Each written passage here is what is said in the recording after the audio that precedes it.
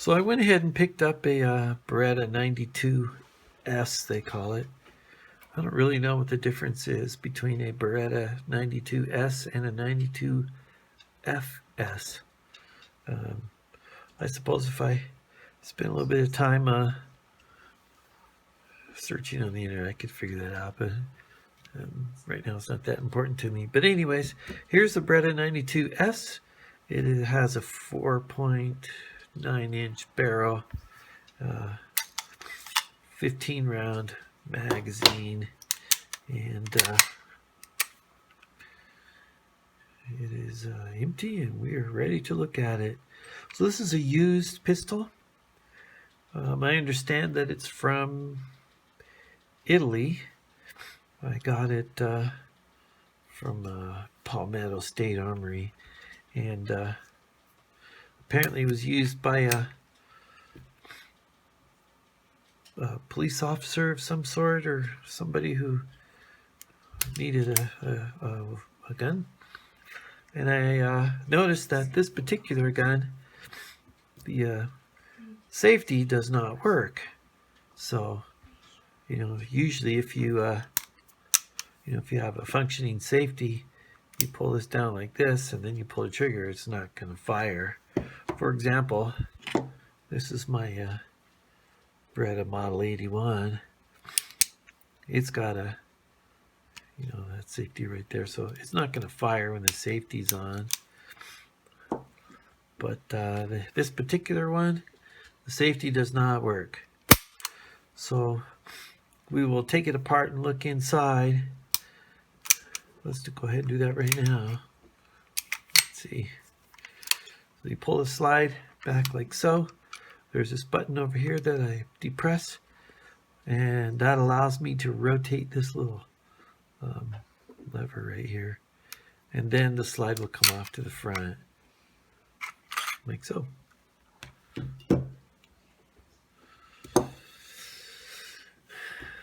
We'll talk about the safety here in a second.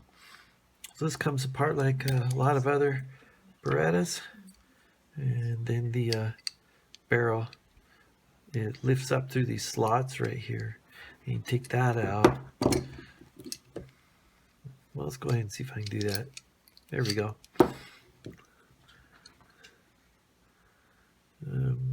You can't see in the barrel, I'm pretty sure. I can. The grooves and the lands are nice and sharp, and so the barrel looks like it's in really good condition. It doesn't appear that it's been fired, excessively. I can see that's been fired. We talked about when we took apart the Beretta 1951. If you remember, I talked about how I couldn't see a mark on the ramp where the rounds go in, because it'll eventually rub the bluing off. However, with this barrel, this is what I was talking about. If you can see that right there. So quite a few rounds have gone through here, and it kind of polishes this area and rubs the bluing off there. So, all right, let's get back to the safety. So it looks like the safety, there's some parts for the safety here that have been removed. So what that means to me is that whoever carried this Beretta in the past was depending on it, for his life, and he didn't want a safety to get in the way. In other words, it's possible he could, in the heat of the moment, pull his safety down, then his gun won't fire, and then he gets killed, So I personally don't use safeties myself. I did want to have a functioning safety, however, because this gun, I don't know where it'll end up in the future. Right now, my boys and I will be firing it. I think a safety is a good thing for them. Like I say, I personally don't use safeties, but anyways. Next thing I noticed was that which I didn't notice when I first got the gun. I put my glasses on and I got a light on it, and I realized that this gun's been painted. So it's got a light coat of some satin, probably acrylic enamel paint on it, which is, if done properly, is a valid way to, refinish a gun, I guess. I haven't done it, but I know of guys who have, and it seems to work out okay. Because acrylic enamel, if it's applied properly, and it dries, it's pretty resistant to most gun cleaning chemicals, so it'll be fine. We're going to go ahead and remove the grips here. I don't know what it looks like under here. Okay, I've got that screw break free. Go ahead and take this grip off.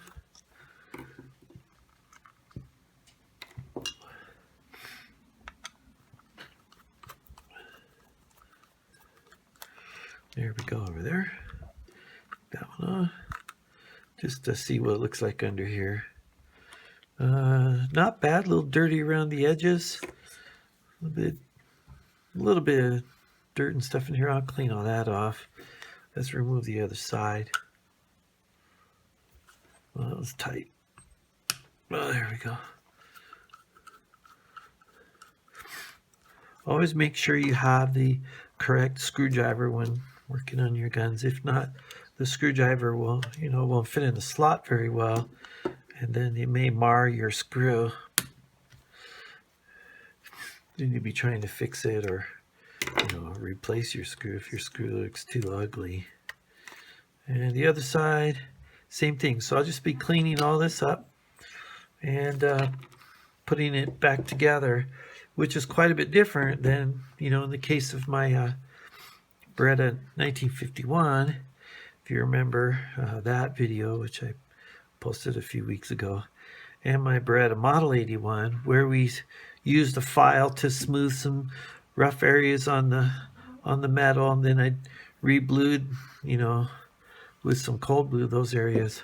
This gun, however, I won't be doing any of that because it has acrylic enamel on it.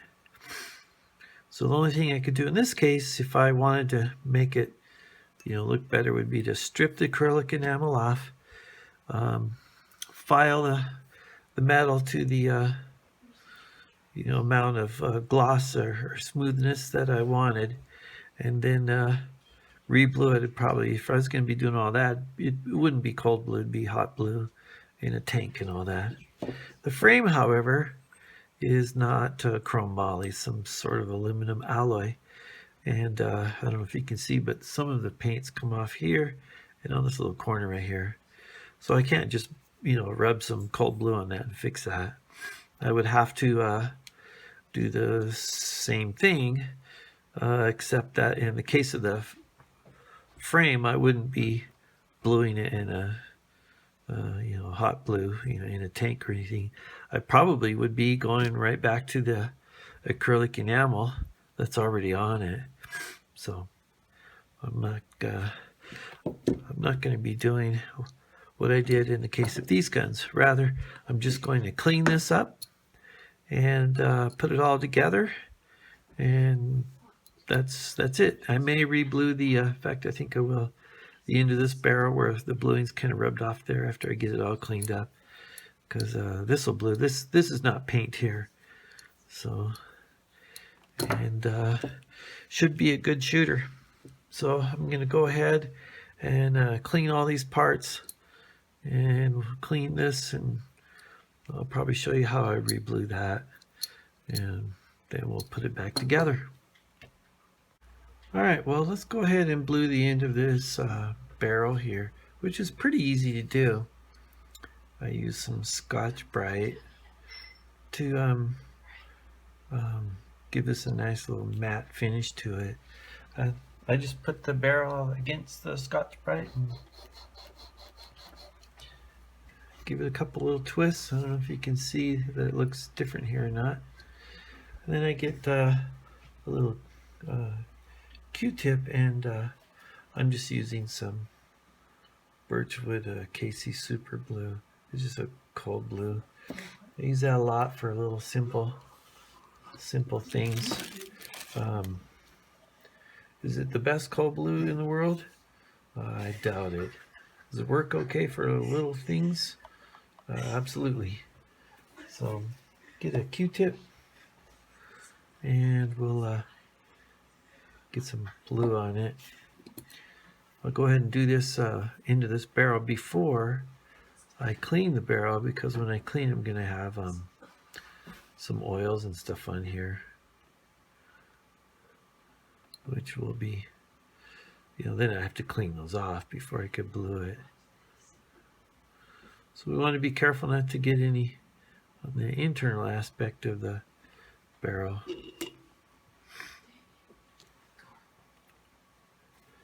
A good thing to do is to let that sit there for a moment and kind of clean it off. Maybe even get a damp rag and wipe it slightly, and then let it dry, or dry it briefly, and get some more and blue it again. There you go. So now we'll go ahead and we'll clean this barrel like we usually do. One thing I noticed after I took the barrel out was this feed ramp right here. It's been polished, so it's not a real bright, super smooth polish, but this is actually all you need. So when the round comes up against this ramp, these are some dummy bullets here, and it's going to bump right about here, and it just has a nice little smooth ride into the chamber there. So yeah, they polished that. So that's been polished. The previous owner had the safety removed, because like I said, it looks like he depended on this gun, to save his life, which means he didn't want a safety. So we're going to go ahead and clean this barrel in the standard fashion. So I'll be using just a little rod with some patches on it, and we'll clean it up and oil it real quick and put it back together. So this is quite a bit different than what I went through with the model 1951, and with the Beretta model 81, which we did a lot of work on the metal there. I have a few different cleaners I've been trying. In this case, we're going to use some of this M Pro 7 gun cleaner.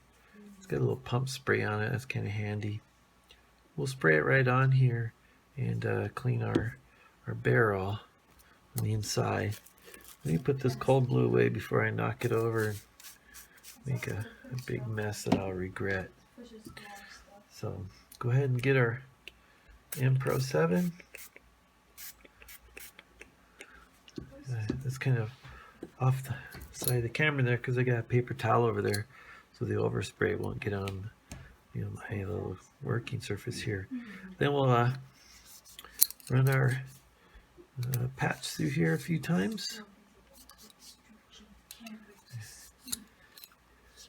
You can get these barrels, I guess, as clean as you want. So this one's not real dirty on the inside. It's cleaning up pretty quickly. Yep. Next thing we'll do is we'll get a dry patch and run through there. Alright, so here's the dry patch. We're just going to run that through there a few times. We look down our barrel. I don't know if you can see that at all. Probably not. But it's starting to look pretty clean in there. Now this patch here is not real dirty, so we can still use it. We're going to use it to clean the outside of our barrel.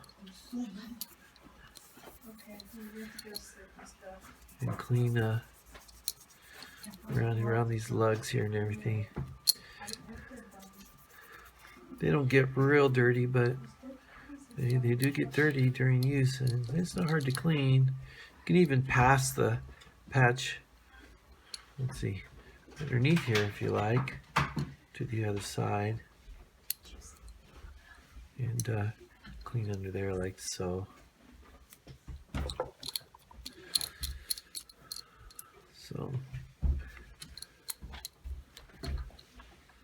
Alrighty. Well, we can still use this same patch on our slide on the internal aspect here. It gets kind of dirty in these rails. As you can see, my patches slowly getting dirtier and dirtier as we're going. But if you clean your gun regularly, then not only will it function better and be more reliable for you, but when you do clean it, it's not too big of a problem because you didn't allow it to get real dirty in the first place. Here's our breech face. Oops, I keep drifting off out of the camera here. So we'll clean our breech face. It's pretty clean. I didn't have to do too much there. Now if I had problems, cleaning stuff out of there, I can get a little brush. You can use a cheapy toothbrush for that. That works really well. It'll fit right in there. Clean that. Okay.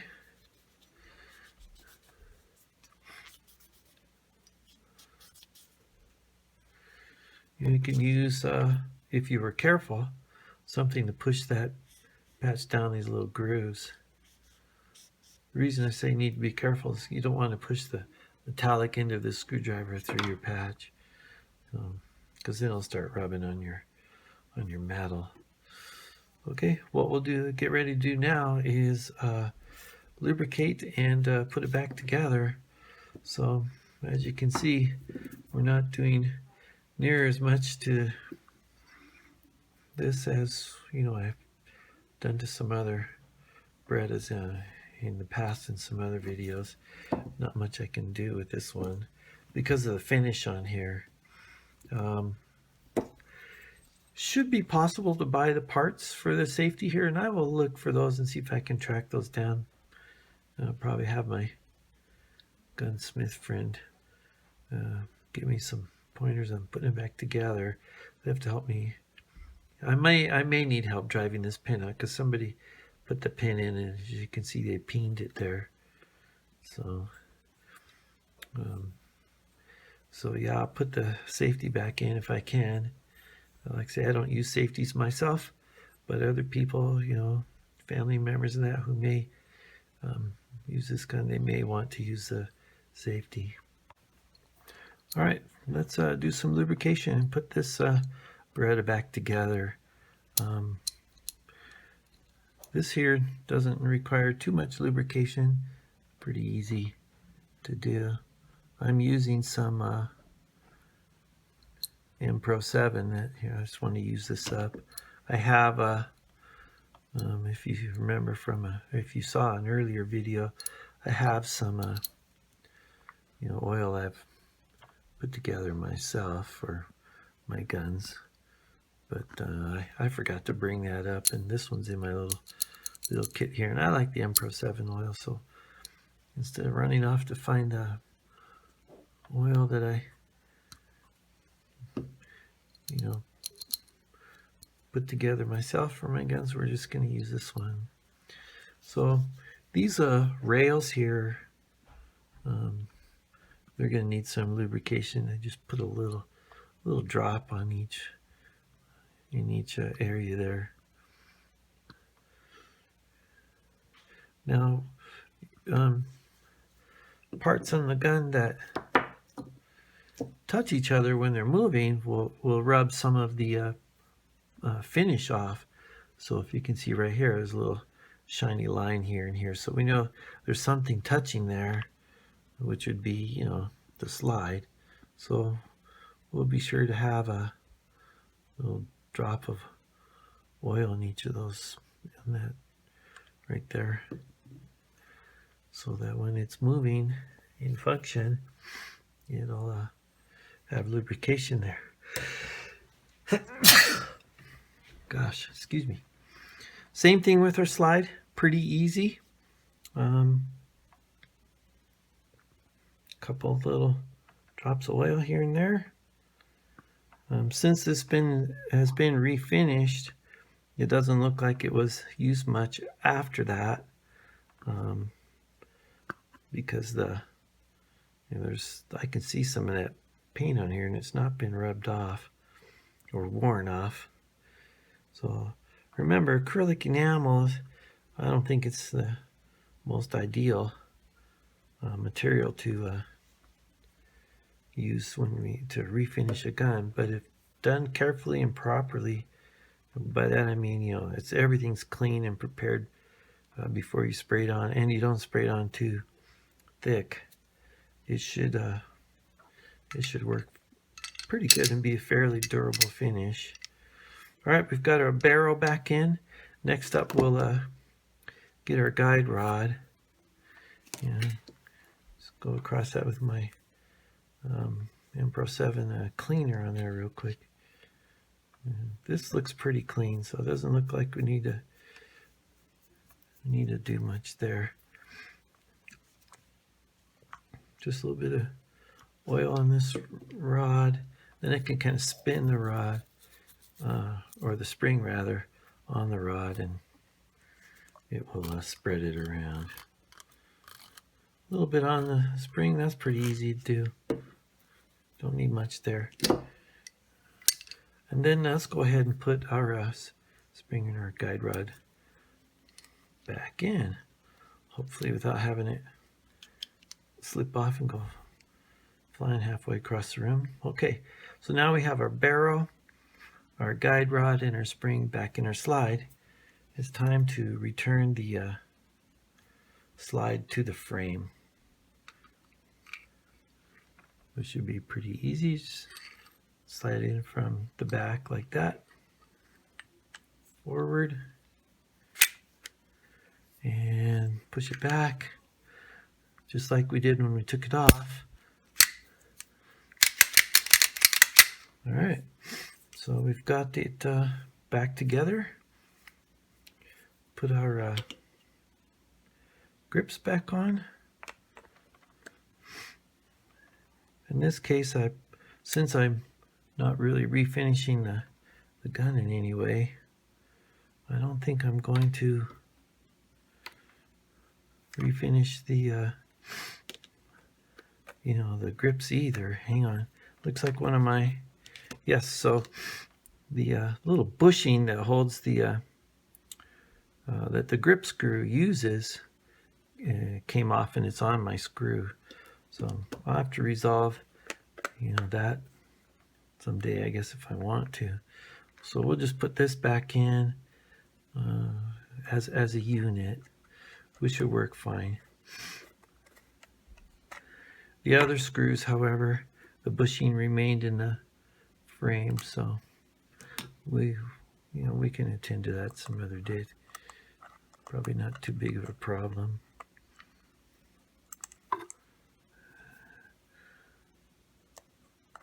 And get this screw started. It's not straight. Let's see if we can straighten it out. There it goes. Started. You gotta be careful though. If your thread's not catching, or if it goes in crooked, don't force it. Just back it out and try again. Put our other grip back on. I'm probably not going to, like I said, do anything to these grips because I'm not really doing much to the rest of the gun. I'll just leave it as is. Who knows, maybe I'll, I guess Palmetto State Armory says it's like the luck of the draw as far as, what condition your gun's in that you get. I suppose I could get another one and see if it's any better, but this, I probably won't do that. Don't want to over tighten these. They got to be tight enough though, so that you don't have to worry about them falling out. In fact, you check them when you're at the range shooting your gun, because it is possible to get loose and fall on the ground in the dirt or something. Maybe you won't be able to find it. So, as far as the magazine goes, it's a standard 92S 15 round magazine. The magazine's in pretty good shape. Looks like there's some sticky stuff here on the floor plate, and scrape it off with my fingernail. So this floor plate's got a little bit of light rust on it. You know, maybe I can probably end up taking this apart, you know, and seeing if it comes apart. Let's see if it comes apart. You push this little button here and slide the floor plate over. Yeah, it's coming apart okay. Keep your hand on it because pieces will come flying out. So it's pretty easy to do. And there's our follower. So yeah, I think I'll go ahead and clean this up. I can use the same little patch here that we had and maybe get a little oil on my finger and kind of rub it around here. Put it back together. Hang on a sec. Alright, so what I did was I got this patch here, and first I used the patch with the cleaning stuff on it. As you can see, the interior part of this magazine was the dirtiest part of the gun so far. So I'm thinking maybe this magazine has never been cleaned. So it was pretty dirty in there. I put a few drops of oil on this rag, or on this patch here. So as I'm rubbing around inside, there's getting, you know, a light coat of oil in there. You can't see it, but you know, we know it's there. So I'll go ahead and put our magazine back together. Here's our follower and our spring. Now this part here has to do with holding the slide open after the last round. So it has to come up here where this slot is. So it can't go that way. It has to go this way. Yeah, see that? So this has to do with holding your slide stop in position to keep your slide open after your last round. And then here's this button that we pushed to take the magazine apart. So we got to push this back down and then slide this floor plate back on, which I just realized I didn't clean down here yet. Okay, we're good to go. That was easy. All right, so we push this back in, and while we're keeping it pushed down, we slide the floor plate here back onto the magazine. It's got this little metal that sticks out on each side. There's a little groove on the inside of the floor plate there, so it should just slide back on. Once I get partway in, I don't need to keep pushing on that piece there anymore. I just continue pushing this until that button is returned to this hole right here. There we go. So we cleaned our magazine. Like I say, you can't see the oil in there, but we know there's some in there because there's a few drops of oil, and this is I cleaned in there, and it was dirty. It may have never been cleaned. Not too many people clean their magazines, I guess. So anyways, we are ready. I can check, I suppose, with my dummy rounds if this thing cycles okay. Put those in. These are really handy. I use them for all kinds of jobs here. In this case, we'll check if this cycles okay. We don't have to worry about, you know, making a mistake or anything, because these are just dummy rounds. So I'll put these in, and See if they come out. They should just pop out. 1, 2, 3. There we go. And it stayed open after it's empty the last round. When it's gone, it allows this follower to come all the way up and push your slide stop up with that little notch we were looking at on the side of the follower. So, good deal. There you go. Beretta 92S. Somebody refinished it with appears like an acrylic enamel paint. They did a pretty good job, and unless I'm going to put in the time and effort to strip that all off and start completely over, which I don't want to do, not for this gun anyways, we're just going to leave it as is. So it should be a fun little shooter. Have a good day.